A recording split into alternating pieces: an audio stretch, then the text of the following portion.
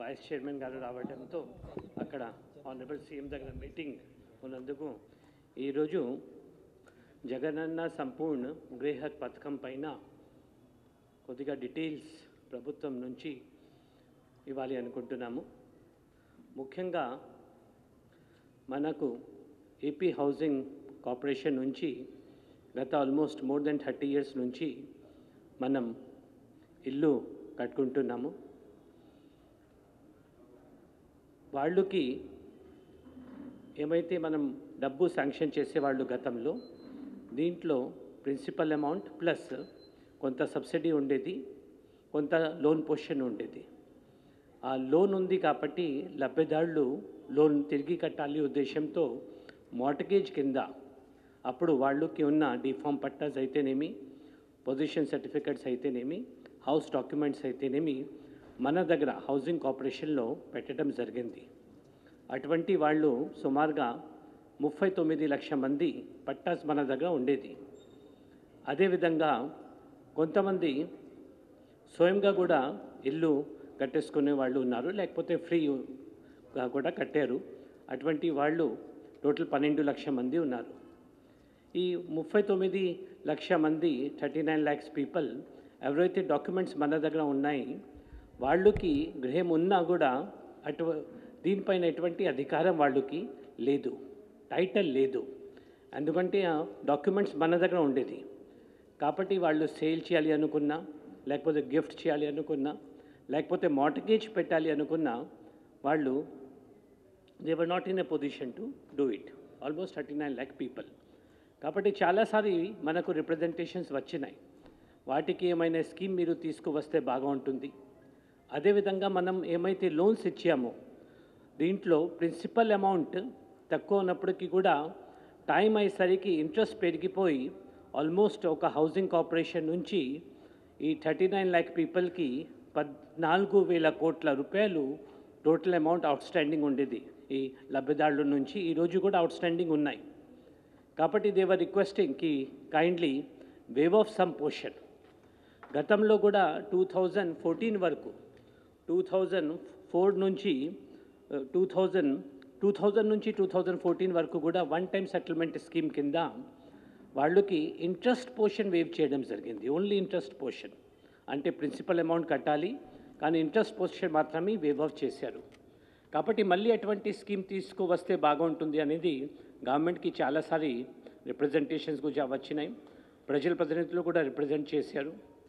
అదేవిధంగా కాబట్టి పెద్ద మనిషితో ఆలోచన చేసి మొన్న ఆనరబుల్ సీఎం గారు క్యాబినెట్లో 16 సెప్టెంబర్ నాడు ఇవి స్కీమ్ని అప్రూవ్ చేశారు.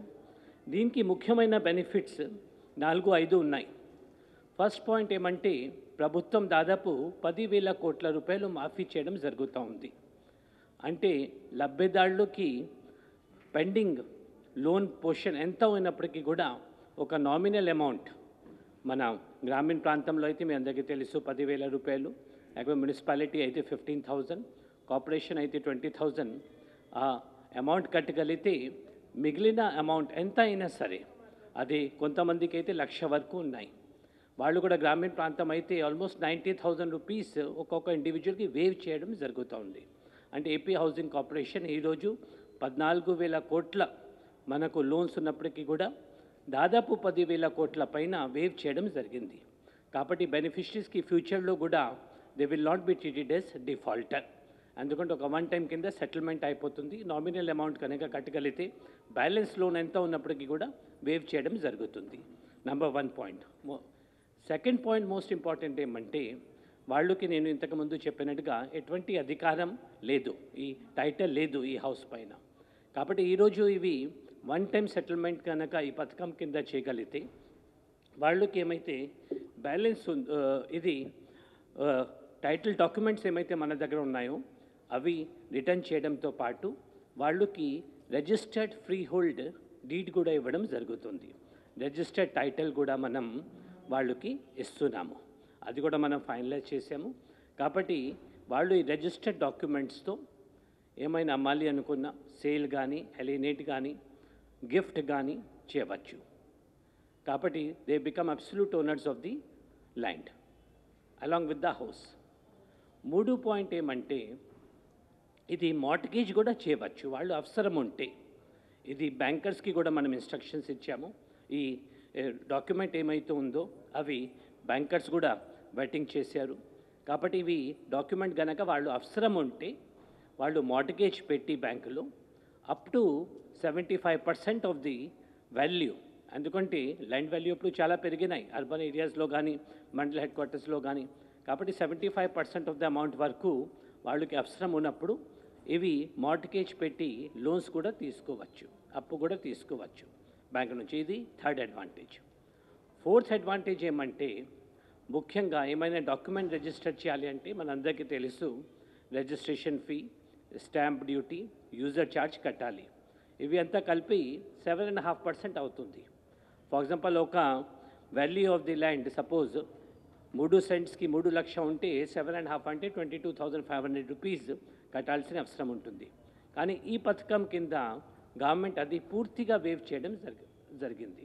కాబట్టి they did not have to pay any registration fee కానీ, స్టాంప్ డ్యూటీ కానీ, యూజర్ ఛార్జెస్ కానీ. ఇవి 4 పాయింట్. 5 పాయింట్ ఏమంటే మామూలుగా రిజిస్ట్రేషన్ చేయాలంటే సబ్ రిజిస్టర్ ఆఫీస్కి వెళ్ళాలి. Sub register office we know they are not located everywhere. అన్ని మండల్స్లో కూడా లేవు. మనకు 2-3 మండల్స్ కలిపి ఒక సబ్ రిజిస్టర్ ఆఫీస్ ఉంది.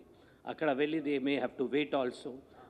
అక్కడ డాక్యుమెంట్ రైటర్కి కొంత డబ్బు ఇవ్వాల్సి వస్తుంది, సమయం పడుతుంది.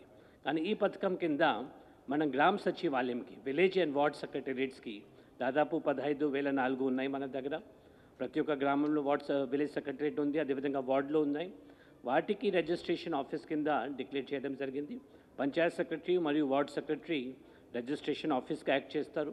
అది కూడా ఆర్డర్స్ ఇవ్వడం జరిగింది.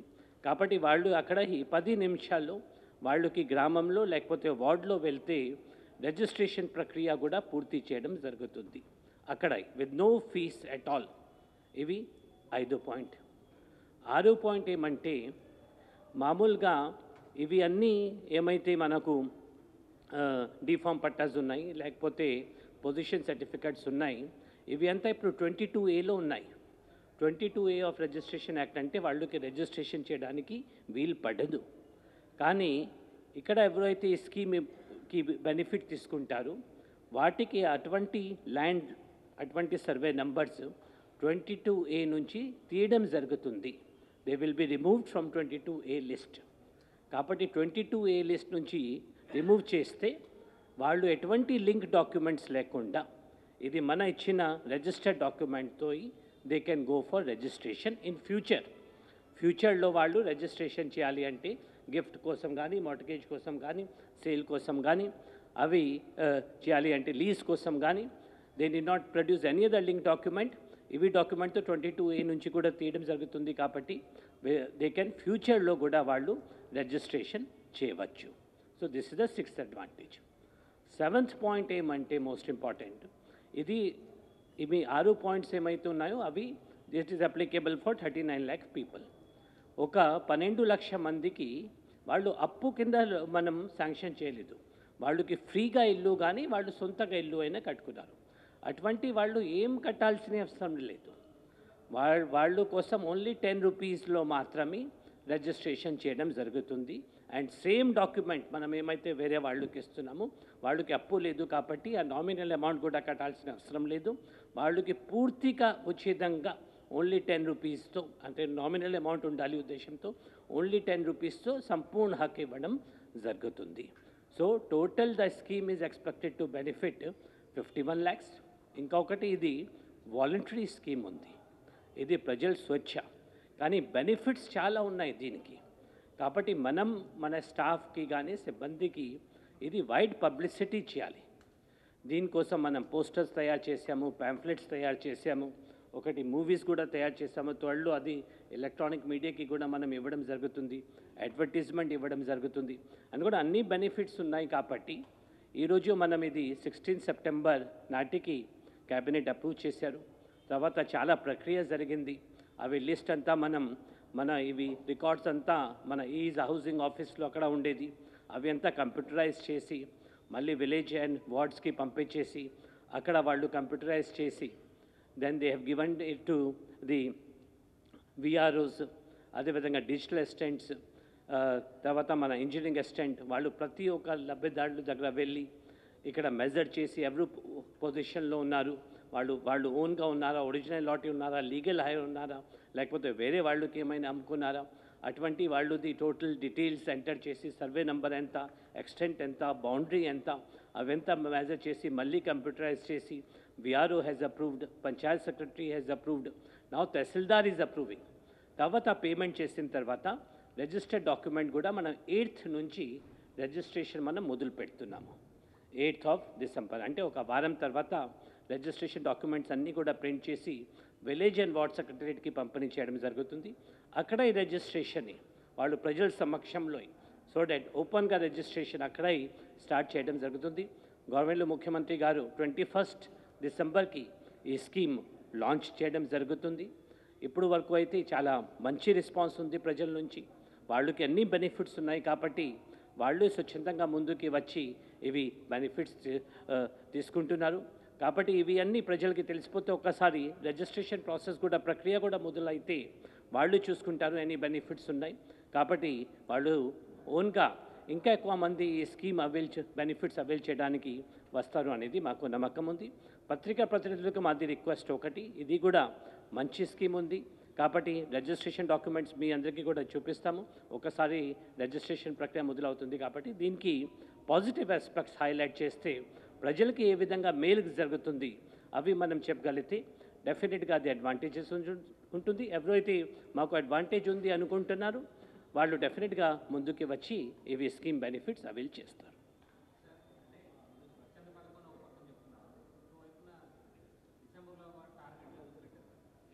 సి యాక్చువల్లీ స్వచ్ఛందగా స్కీమ్ ఉంది, it is a voluntary scheme. కానీ ఏమంటే ప్రజలకి మనం చెప్పాలి, ఎందుకంటే ప్రజలకి చెప్పకపోతే వాళ్ళకి ఎట్లా తెలుస్తుంది. If I have to avail a scheme I should know of the benefit of the scheme. కాబట్టి మనం టార్గెట్స్ అనేది మనకు ఎంతమంది ఉన్నారో మనకు తెలుసు. 39 lakhs are loanees, 12 lakhs are free, they are non loanees. వాళ్ళు ఎటువంటి డబ్బు కట్టాల్సిన అవసరం లేదు. మనం టార్గెట్స్ ఏం పెట్టామంటే అటువంటి వాళ్ళు దగ్గర మన సిబ్బంది వెళ్ళి వాళ్ళకి స్కీమ్ బెనిఫిట్ అయినా చెప్పాలి. అది ఎడ్యుకేట్ చేయడానికి, ప్రొపగేట్ చేయడానికి టార్గెట్. ఎందుకంటే చెప్పకపోతే ఇంకా ఎవరికి తెలుస్తుంది, ఎట్లా తెలుస్తుంది? నిన్న circulars that is an aberration, అవి చాలా తప్పు. అదే మనం సైడ్ నుంచి ఇవ్వలేదు. Neither collector has told, not MD has told. ఈ పెద్ద వ్యవస్థలో 15,000 సెక్రటరీలో ఒక సెక్రటరీ తప్పు చేశారు. దీనిపైన ఆల్రెడీ మనం యాక్షన్ కూడా తీసుకున్నాము. అటువంటి ఫర్దర్గా జరగకుండా కూడా చెప్పాము, because it is not link to any of the schemes. కానీ ప్రజలకి దీని గురించి బెనిఫిట్స్ గురించి చెప్పాలి, అవేర్నెస్ రావాలి, మోటివేషన్ చేయాలి అనేది మనం చెప్పడం జరిగింది.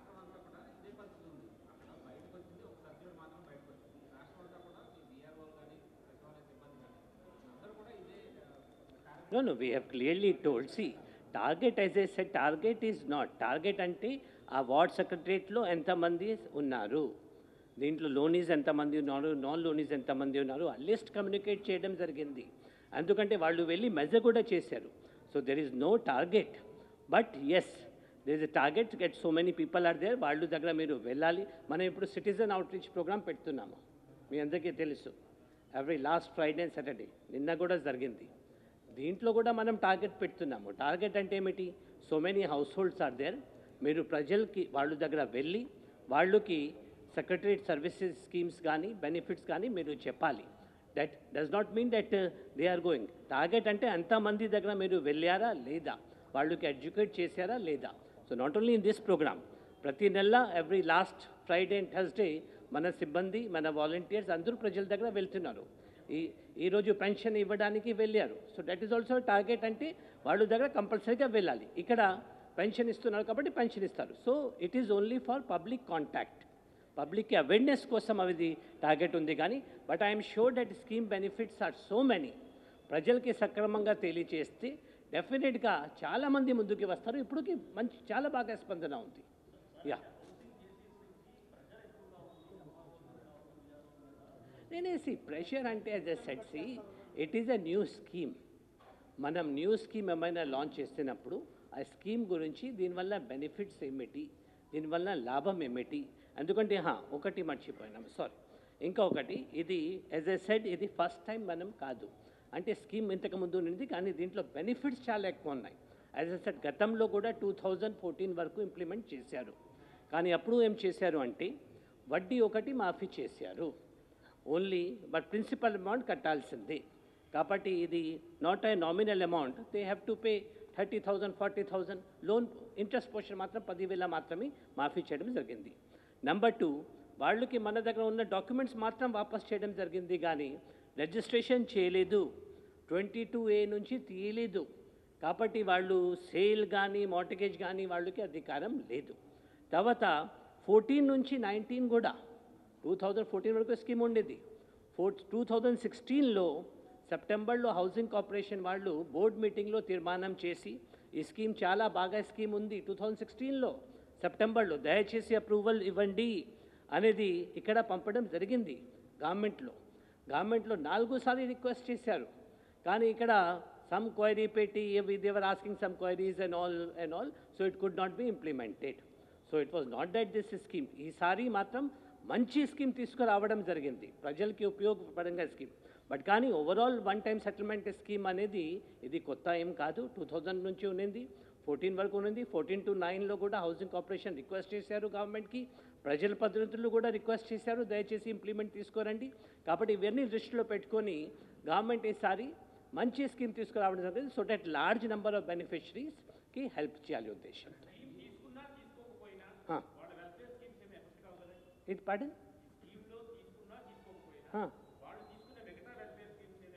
అవి డెఫినెట్గా దీనికి ఏం లింక్ లేదు. వెల్ఫేర్ స్కీమ్స్ మీ అందరికీ తెలుసు. ఈ ప్రభుత్వం ఉద్దేశం ఏమిటి? కులం చూడకుండా, మతం చూడకుండా, రాజకీయం చూడకుండా, ప్రాంతం చూడకుండా ప్రతి ఒక్క లబ్ధిదారులు ఉంటే, అర్హత ఉంటే చాలు, వాళ్ళకి ఇస్తున్నారు ఈ గవర్నమెంట్. అన్ని స్కీమ్స్ ఇస్తున్నారు, మీ అందరికీ తెలుసు నవరత్నాలలో. కాబట్టి అవి డెఫినెట్గా ఇవ్వడం జరుగుతుంది, దానికి దీనికి లింక్ లేదు, అసలు లేదు.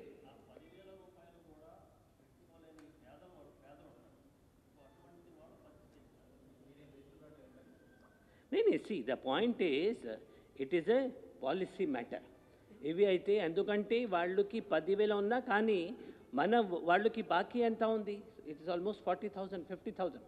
కొంతమందికి 10,000కి అంటే తక్కువ ఉంది. సపోజ్ వాళ్ళు 10,000 కట్టాల్సిన అవసరం లేదు, ఒకరికి 5,000 ఉంటే వాళ్ళు 5,000 కడతారు. మీరు అన్నట్టుగా suppose somebody so poor that he cannot pay 10,000, అప్పుడు ఆయనకి ఈ స్కీమ్ బెనిఫిట్స్ రావు, అంతే. He cannot avail the scheme benefits, అంతే. అప్పుడు ఆయన అమ్మలేరు, మార్టిగేజ్ పెట్టలేరు, ఆయన అట్లాగే ఉంటారు. Let him continue like what he has been. దశాబ్దతుల నుంచి ఏ విధంగా ఉన్నారో అట్లాగే ఉంటారు, అంతే.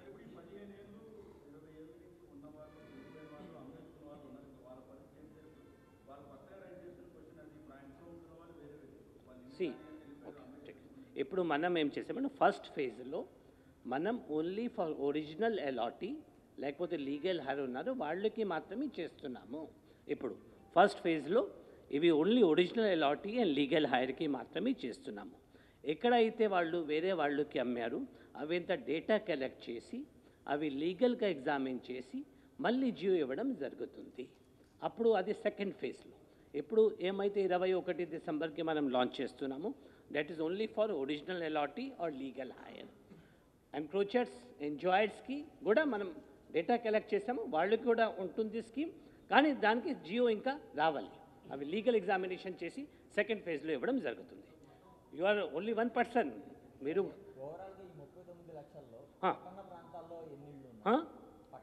ఓకే యా ఓకే, దాదాపు 5 లక్షల వరకు మనకు అర్బన్ ఏరియాస్లో ఉన్నాయి, 34 lakhs వరకు అయితే రూరల్ ఏరియాస్లో ఉన్నాయి.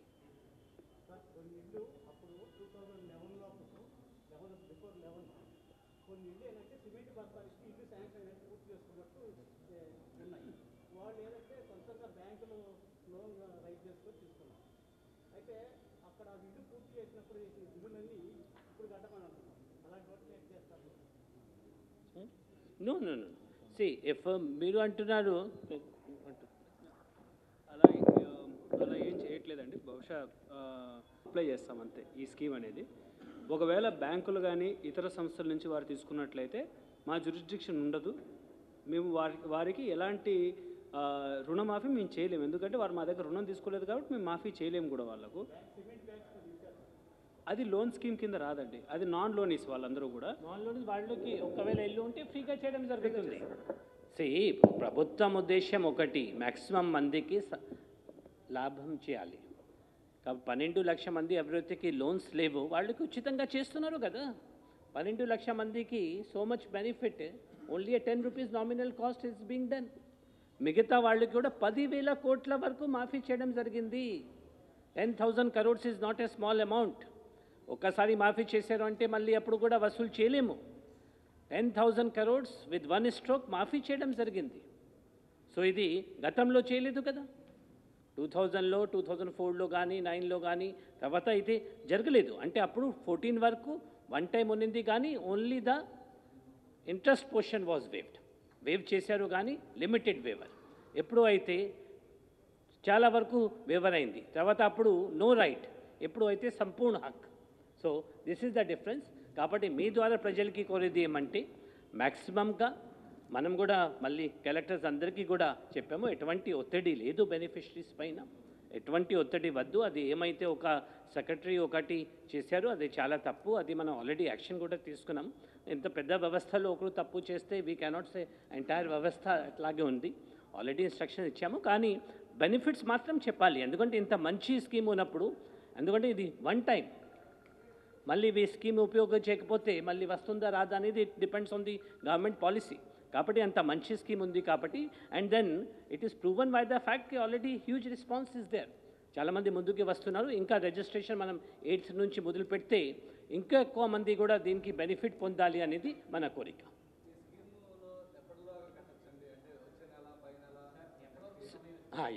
ఎప్పుడు వరకు అయితే గవర్నమెంట్ ఏమైతే చెప్పారో అది 21 డిసెంబర్ వరకు ఉంది, ఇప్పుడు వరకు ఉన్న పాలసీలో. బట్ కానీ if there are representation suppose కి we want to extend and all, then cabinet will have to decide. ఒత్తిడి చేయము, ఒత్తిడి లేదు. That's what I said. Persuasion, వాళ్ళకి మోటివేషన్ ఏదైతే ఉండాలి, మోటివేషన్ ఉంటుంది, but there is no force. Okay, thank you.